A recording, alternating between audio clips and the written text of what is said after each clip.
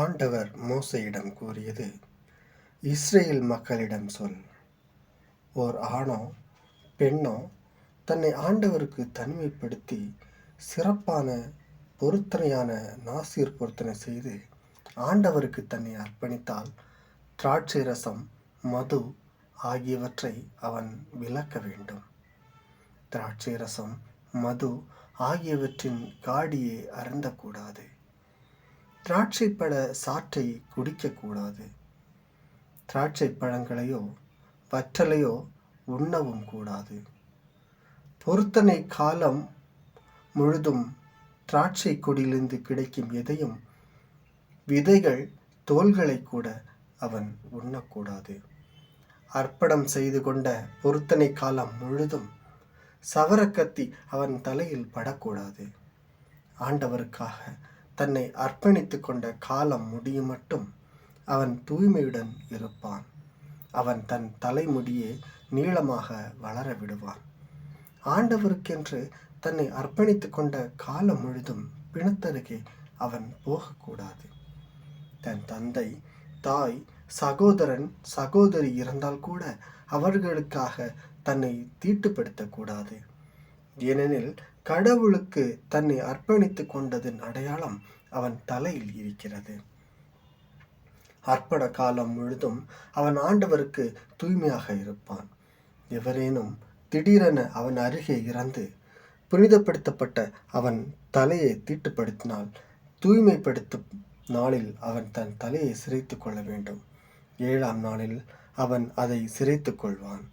8ஆம் நாளில் அவன் 2 காட்டுப்புறாக்களையோ 2 மாடப்புறா குஞ்சுகளையோ சந்திப்பு கூடார நுழைவாயிலுக்கு குருவிடம் கொண்டு வர வேண்டும்.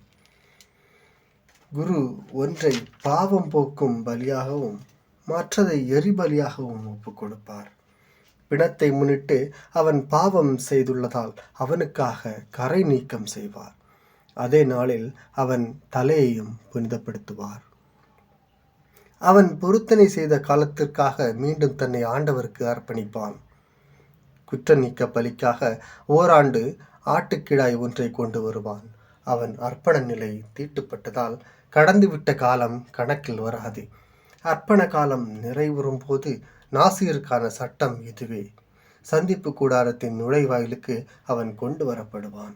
ஆண்டவருக்கு அவன் கொண்டு வரும் நேர்ச்சை பொருள் பலிக்காக பழுதற்ற ஓராண்டு செம்மறிக்கிடாய் ஒன்று, பாவனிக்க பலிக்காக பழுதற்ற ஓராண்டு ஆட்டுக்குட்டி ஒன்று, நல்லுறவு பலிக்காக பழுதற்ற ஆட்டுக்கிடாய் ஒன்று, புளிப்பற்ற அப்பம் ஒரு கூடை, எண்ணெயில் மெல்லிய மாவை பிசைந்து செய்த நெய்யப்பங்கள், எண்ணெய் தவிர புளிப்பற்ற மாவால் செய்த அடைகள், அவற்றின் உணவு படையல், நீர்மப்படையல் ஆகியவை. குரு அவற்றை ஆண்டவர் முன் கொண்டு வந்து அவனுக்காக பாவம் போக்கும் பலியையும் எரிபலியையும் நிறைவேற்றுவார். கூடையில் உள்ள புளிப்பற்ற அப்பத்தோடு ஆட்டுக்கிடாயை ஆண்டவருக்கு நல்லுறவு பலியாக ஒப்பு கொடுப்பார். மேலும் அவனுக்காக குரு உணவு படையலையும் நீர்ம படையலையும் படைப்பார். நாசிர் புனிதப்படுத்தப்பட்ட தன் தலையை சந்திப்பு கூடார் நுழைவாயிலில் மடித்து புனிதப்படுத்தப்பட்ட தன் தலைமுடியை எடுத்து நல்லுறவு பலியின் அடியில் இருக்கும் நெருப்பில் போடுவான். அவன் புனிதப்படுத்தப்பட்ட தன் தலையை மடித்த பின்னர் குரு வெந்து கொண்டிருக்கும் ஆட்டுக்கிடாயின் முன் சந்தை எடுத்து கூடையிலிருந்து நெய்யப்பம் ஒன்றையும் புளிப்பற்ற அடை ஒன்றையும் எடுத்து நாசிர் கைகளில் வைப்பார். அவற்றை ஆரத்தி படையலாக குரு ஆண்டவர் திருமுன் காட்டுவார். ஆரத்தியாக காட்டப்பட்ட மார்பு பகுதியும் உயர்த்தி படைக்கப்பட்ட தொடையும் புனித பங்காக குருவை சேரும். அதன் பின்னரே நாசிர் திராட்சை ரசம் குடிக்கலாம். நாசிர் பொருத்தனை செய்பவனுக்கான சட்டம் இதுவே. ஆண்டவருக்கு அவன் கொண்டு வரும் நேர்ச்சை படைகள் அவனது நாசிர் பொருத்தனைக்கேற்ப இருக்க வேண்டும். இது மற்றபடி அவன் தர இயன்றதற்கு நீங்களாகாது. அவனது பொருத்தனைக்கேற்ப தன் நாசிர் அர்ப்பணத்துக்குரிய சட்டத்தின்படி அவன் செய்ய வேண்டும்.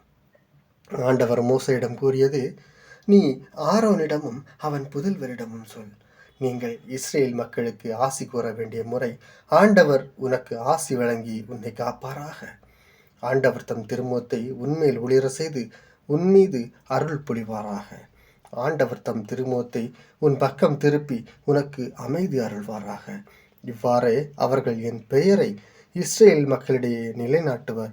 நானும் அவர்களுக்கு ஆசி வழங்குவேன். ஆமென்.